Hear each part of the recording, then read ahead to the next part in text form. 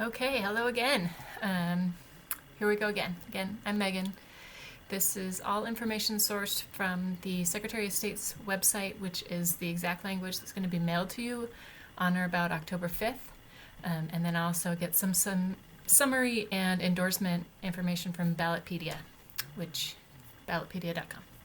So we're going to do Proposition 17, 18, 19 today. And I'm going to go fast because nobody wants to listen to this stuff for too long. So 17, the title is Restores the Right to Vote After Completion of Prison Term, Legislative Constitutional Amendment. This would grant the right to vote for people when they leave prison, but they'll still be on parole, but when they leave the prison system, to allow them to vote.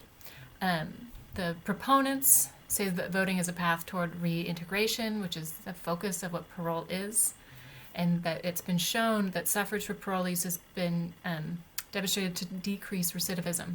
19 other states also allow voting after release from prison. The anti-side says the parole is part of the sentence, and people are monitored and restricted from what they do and who they see, and there's limits on their freedom, therefore they shouldn't vote. They also have a fairly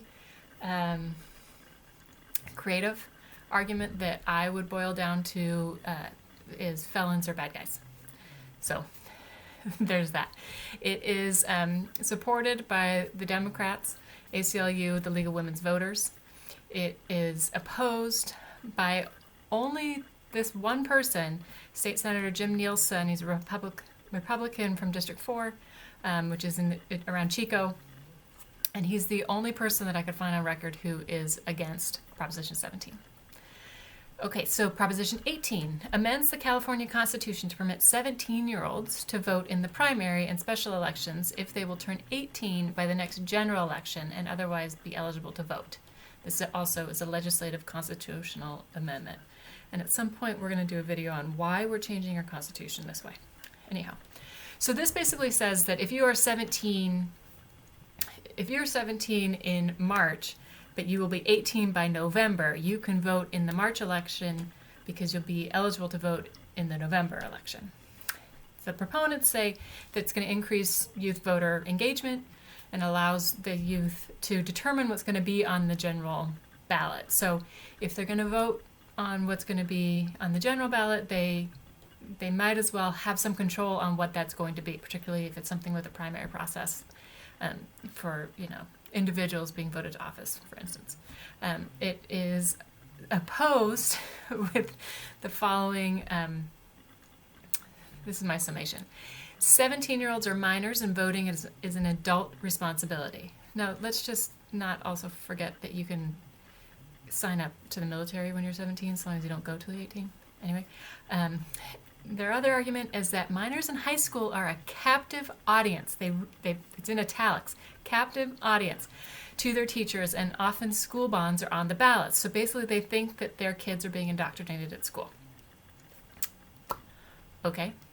And the last is that minors don't have real world experience, which is needed to make voting decisions. Well, okay, but I know a lot of people who are 18 years and a day who don't necessarily have a lot of experience to make voting decisions either. So I don't understand the arbitrary deadline at that one. It's fun that we said, but saying that teachers are brainwashing your children, it's a heck of a thing to raise your temple on that one. So anyway, so the people who are supporting Proposition 18 is Kevin Mullen, who's a Democratic Assembly member, Alex Padilla is the Secretary of State, and the Association of Student Councils. No big surprise there. The people who are against it is the Howard Jarvis Tax Association. They are against many, many, many things. They are an anti-tax group. And also the Election Integrity Project of California, whomever they are. Okay, 19. This is a bigger one. This is so boring and so dull. I hope I can help you save time from having to read it. If you have more questions, please let me know and we can talk through it. The title is boring. It changes certain property tax rules. That's the title.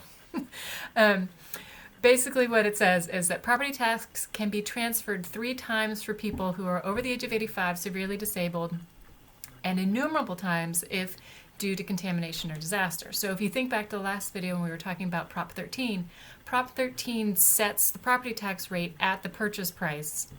So there's a lot of people who, if they were to sell their home and buy a new one, the property tax would be so onerous on the new property that they can't fiscally have that make any sense. So they have to stay where they're living. So that is the reason it's a Prop 13 tie-in. So 3 times for people over 55 or the severely disabled, and as many times as you need to if you have contamination or a disaster. So, wildfires like today. The property tax can transfer to a more expensive property. That's a limit on Prop 13 as well, where you can transfer your property tax one time within the county, but you can't buy a more expensive property. Now, this would allow you to be able to buy a more expensive property. It also allows the tax transfer policy to apply to any purchase within the state. So you don't have to stay in the county. You can go outside the county anywhere in the state. So now you could do it 3 times, statewide, and it can be a more expensive property. And it has some limits and rules on how inherited property works. So it would increase the rates between parent-child transfers, or if the intervening generation is deceased or not in the picture, from grandparent to grandchild. And it would increase tax on high-value inherited homes and farms. It's a little murky on how much money this would create, but it would a lot of the revenue would go towards fire protection. So a lot of this was in response to like things like the Paradise Fire last year, and I'm certain with all the fires here. The proponents say it gives relief to seniors and the disabled so they can move without incurring penalties from Prop 13. It increases revenues for fire protection, and it closes loopholes for out-of-state investors and other non-resident properties. So all this only applies if this is a residence. The group against it says it would increase rates and harm parent-child transfers by placing higher taxes if children don't move within a year. So it's saying that it is going to make inheritance more difficult. Basically, the kids have to use it as a house, and then it's no harm, no foul. So it is sort of a inheritance legacy issue, I guess. The people who are for it as the California Professional Firefighters, California Disability Rights, the California Seniors Advocate League, and then all the money, which is it's a lot of money, millions of dollars, is coming from the California Association for Realtors and other sort of realtor affiliated organizations. And you can understand why. There are a lot of people that are stuck in their homes because the property tax would be so onerous were they to move. And the presumption is if that is no longer a problem, people will downsize their homes, move closer to family, and it will free up a lot of property within the state. And so the realtors are all for that. The folks against it, again, Howard Jarvis Tax Association, Assemblymember Ken Cooley, District 8, he's a Democrat in Rancho Cordova, which is the east side of Sacramento Metro, and State Senator Patricia Bates, who's District 38. She's a Republican, and that is Orange County and some parts of San Diego County.